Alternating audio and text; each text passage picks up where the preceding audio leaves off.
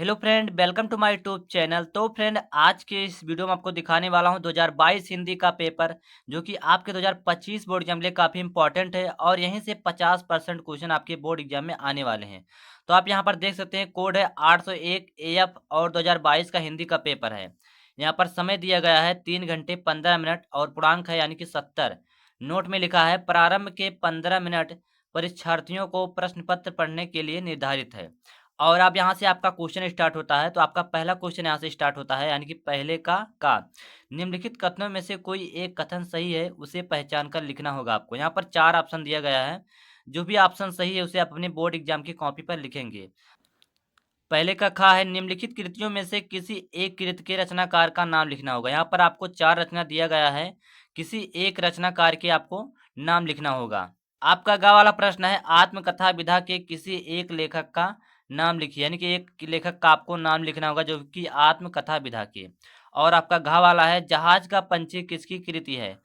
तो यहाँ पर आपको 4 ऑप्शन दिया गया है, देख सकते हैं आप, जयशंकर प्रसाद, फणीश्वर नाथ रेणु, इला चंद्र जोशी और भगवती चरण वर्मा। तो यहाँ पर आपको 4 ऑप्शन दिया गया है। जो भी ऑप्शन सही रहेगा उसे आप अपने बोर्ड एग्जाम की कॉपी पे लिखेंगे। आपका अंगा वाला प्रश्न है, साहित्य लोचन के लेखक का नाम लिखना होगा। यहाँ से आपको 1 नंबर मिलने वाले हैं। दूसरे का है, प्रयोगवादी काव्यधारा की 2 प्रमुख प्रवृत्तियां लिखना होगा, जो कि 1 नंबर में आपको पूछा जाएगा, जो कि 1 नंबर मिलने वाले हैं आपको। लिखा है, रीतिकाल की 2 प्रमुख विशेषताएं लिखिए, जो कि 2 नंबर में पूछा गया है।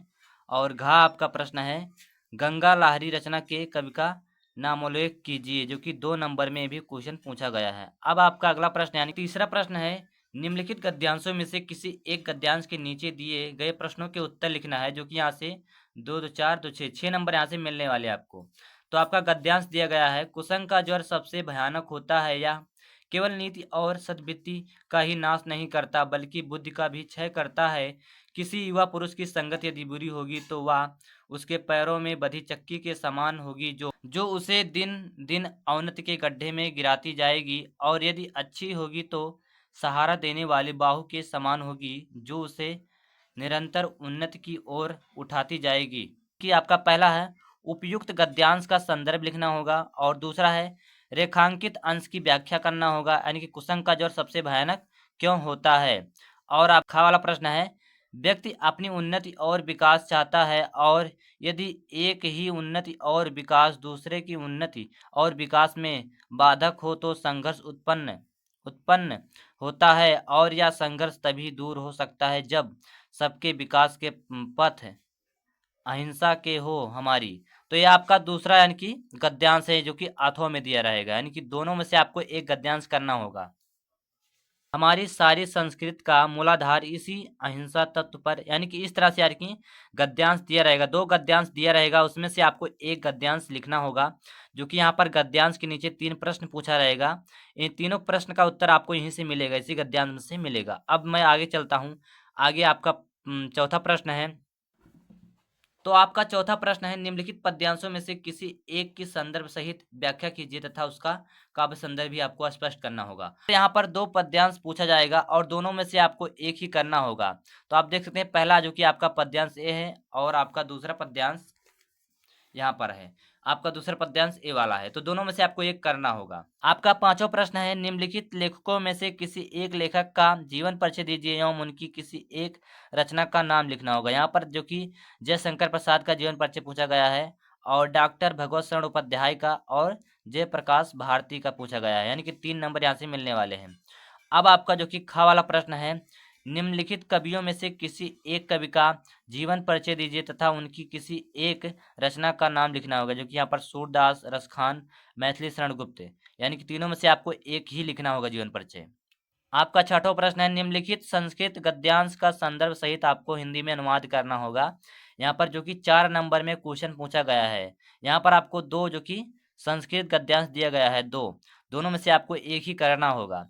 और आपका यहाँ पर 7वां प्रश्न है, अपनी पाठ्य पुस्तक में से कंठस्थ किया हुआ कोई एक श्लोक लिखिए जो इस प्रश्न पत्र में न आया हो, यानी कि आपको श्लोक लिखना होगा जो कि इस प्रश्न पत्र में न आया हो। 2 नंबर यहाँ से मिलेंगे आपको। और आपका यहाँ पर खा वाला प्रश्न है, निम्नलिखित प्रश्नों में से किन्हीं 2 प्रश्न के उत्तर दीजिए, यानी कि संस्कृत में आपको देना होगा, इन्हीं में से आपको 2 प्रश्न का उत्तर देना होगा। तो यहाँ से आपको 2 नंबर मिलने वाले हैं। चलिए मैं 8वां प्रश्न आपको बता देता हूँ।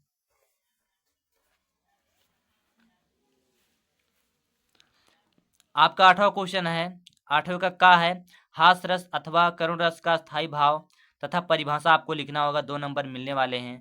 और आपका जो कि ख वाला है, उपमा अलंकार अथवा उत्प्रेक्षा अलंकार की परिभाषा देकर उदाहरण लिखिए, 2 नंबर मिलने वाले हैं यहाँ से भी आपको। और जो कि यहाँ पर गा वाला है, सोरठा अथवा रोला छंद के लक्षण और उदाहरण आपको लिखना होगा, 2 नंबर यहाँ से मिलने वाले हैं। तो यहाँ से मैं आपको 2022 का पेपर दिखा रहा हूँ।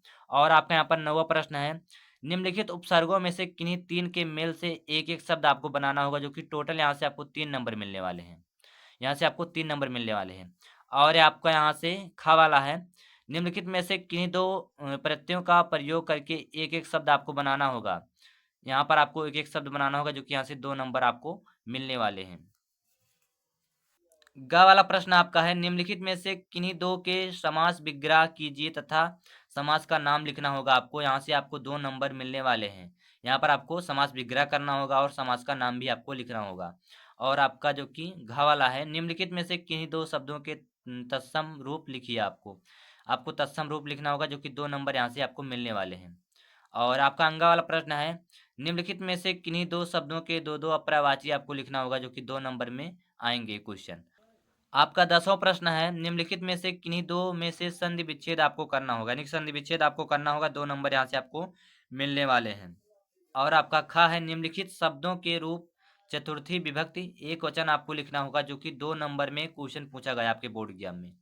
और ग वाला है, निम्नलिखित शब्दों में से किसी एक धातु लकार पुरुष तथा वचन का उल्लेख करना होगा, जो कि यहाँ से 2 नंबर में आपको यहाँ से 2 नंबर मिलने वाले हैं। आपका घ वाला प्रश्न है, निम्नलिखित में से किन्हीं 2 वाक्यों का संस्कृत में अनुवाद करना होगा, जो कि यहाँ से आपको 2 नंबर मिलने वाले हैं। और आपका 11वां प्रश्न है, निम्नलिखित में से किसी एक विषय पर आपको निबंध लिखना होगा। अगर आप चाहते हैं इन सभी पेपर का सॉल्यूशन अगर आप चाहते हैं तो कमेंट करके जरूर बताना भाई। 9वां प्रश्न है, निम्नलिखित में से किसी एक विषय पर निबंध आपको लिखना होगा। तो आप देख सकते हैं यहाँ से आपको निबंध भी आपको लिखना होगा, जो कि 6 नंबर में निबंध पूछा जाता है आपके बोर्ड एग्जाम में।